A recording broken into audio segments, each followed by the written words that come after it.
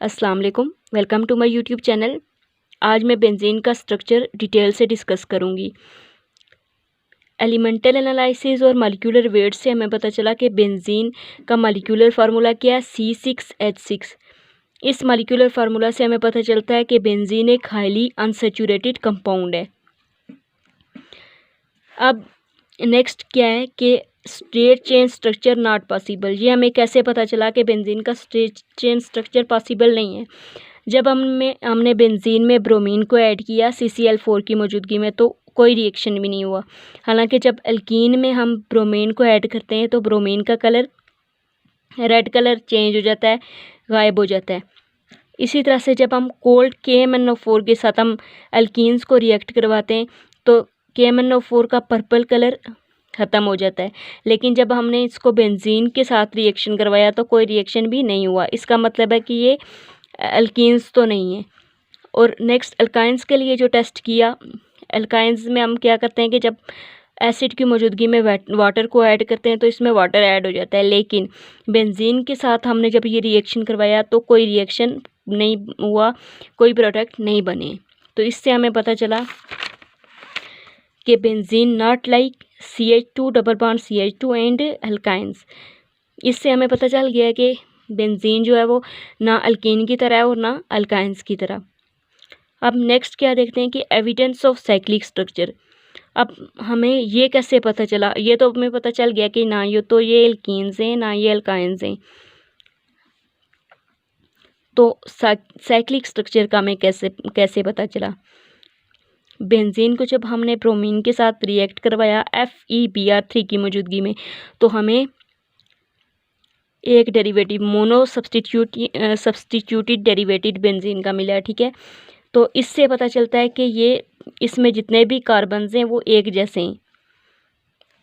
जैसे ये कार्बन है, अगर मैं देखूं तो इसके साथ एक साइड पे सिंगल बॉन्ड है, एक साइड पे डबल बॉन्ड और एक इसके साथ क्या है, हाइड्रोजन है। इसी तरह से यहाँ अगर मतलब इस टेस्ट से हमें ये पता चल गया है कि सारे कार्बन्स एक जैसे हैं। अब दूसरा क्या एविडेंस है कि benzene add 3 molecules of chlorine in the presence of sunlight. Benzene में 3 क्लोरीन के मॉलिक्यूल्स ऐड हो जाते हैं, किसकी मौजूदगी में? सनलाइट की मौजूदगी में। Benzene plus 3 chlorine atoms.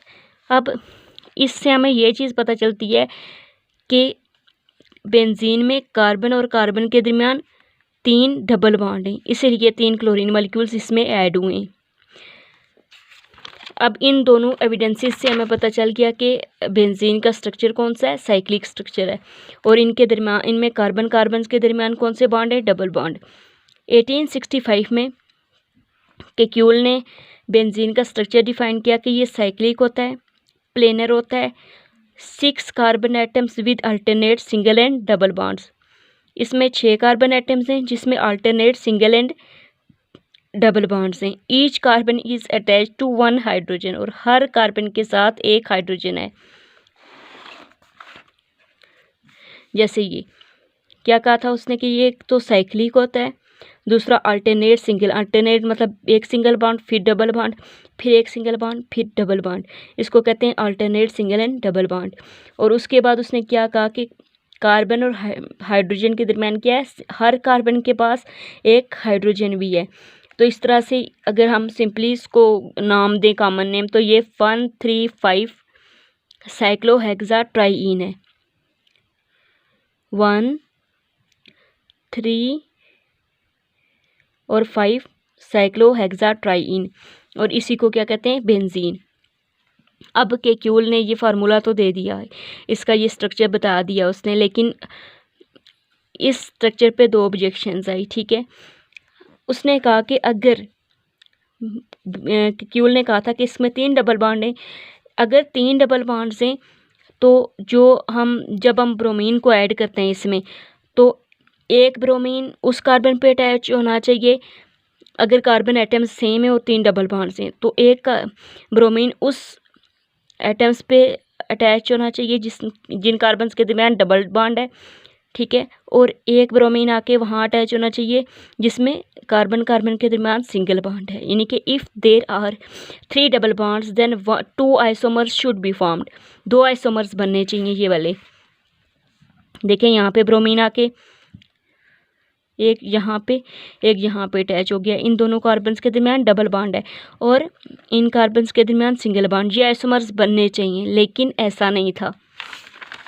जब हमने ब्रोमीन को ऐड किया तो सिर्फ एक प्रोडक्ट बना, हमारे पास मोनो सब्स्टिट्यूएंट प्रोडक्ट बना था।